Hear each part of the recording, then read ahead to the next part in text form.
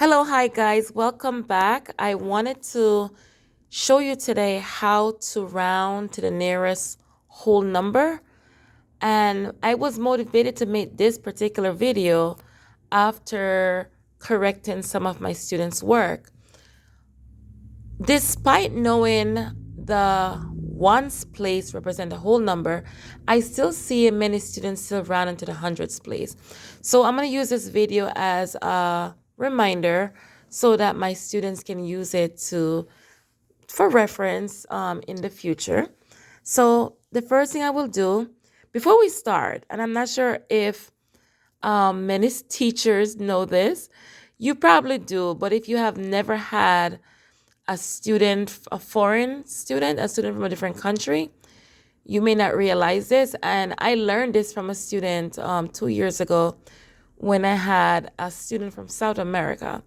And the whole time I kept marking her paper wrong because all along I thought this number was 7, but she was writing number 1. So please be mindful, be aware that if you see this number, it is 7 for the United States, but for many kids who are from South America, this number is actually 1 to them, okay? So one of the things that the students from South America have been doing is putting a line in between so that we all know it's number 7. And I know I'm emphasizing this because I know there's a lot of teachers out there who maybe they know, but they're not taking a second look to ensure that both the student and themselves are seeing the same thing. So I am just bringing this to the attention and also for the students to know that you have to please be careful when you write your numbers because most teachers are going to go with what are customary, what they know, what they're comfortable with, what they've seen for many long years. So it is important for you, the student, to ensure to please make sure you represent your number so that all your teachers will correctly grade you, okay? But for the sake of clarity, I'm going to put the line under to make sure that everyone knows that I'm talking about number 7. All right, so the first thing we're going to do, as I mentioned in the previous videos, is to identify the place value that we are rounding. And I'm going to write the word whole because I know there's kids that may not know what I'm talking about due to my accent. I know for those of you who knows me, know that I'm originally from Jamaica. And for that reason, when I pronounce certain words that start with H, you will not hear the H.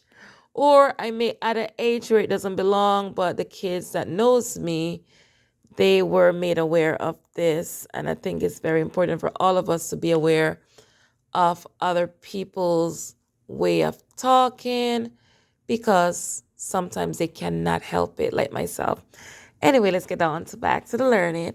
So I'm going to underline the whole number, which is number 7, which is this digit right here.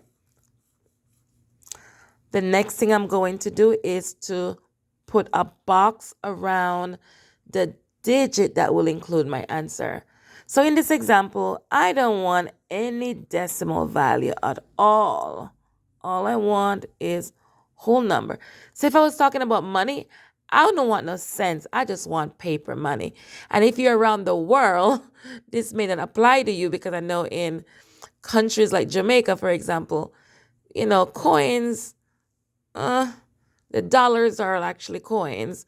So it may not apply to many other countries, but for the United States specifically, what I'm saying is I just want paper money. I don't want any coins. I don't want any value less than one whole. All right. So next thing we're going to do is uncircle the number that's adjacent or that's right next to the 7. And then we're going to use the formula that I use. I don't talk about rules, but this is just a little something to help kids to remember. If it is 5 or if it's 4 or less, let it rest. If it's 5 or more, you're going to add one more. So If you take a look at this number, it's 3. It's way less than 5. And as you guys know, 5 is a midpoint, and that's like an indicator to let I know if I should go to the right or go to the left. So in this case, we are going to leave the 7 alone. We're not going to touch it.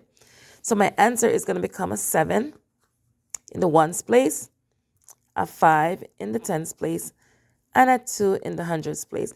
So this number is going to be 257. Okay, I hope this was helpful. And if you find the video helpful, please share with your friends and subscribe. That would be very helpful as well. But just keep in mind, my objective is to ultimately help students have a better understanding of math. I want them to be empowered to know that you are capable of greatness. And even if you're not doing well now, it does not mean that you're going to not do well forever. All right, so you have a great day. Keep learning, keep trying, never, ever, ever give up. You are capable. You just need to believe. All right, see you next time.